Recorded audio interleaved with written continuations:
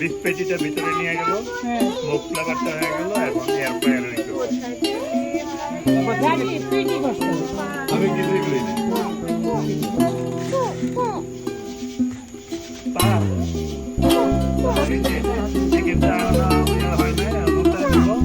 তোমরা বারবিকিউ হয়ে যেতেছো।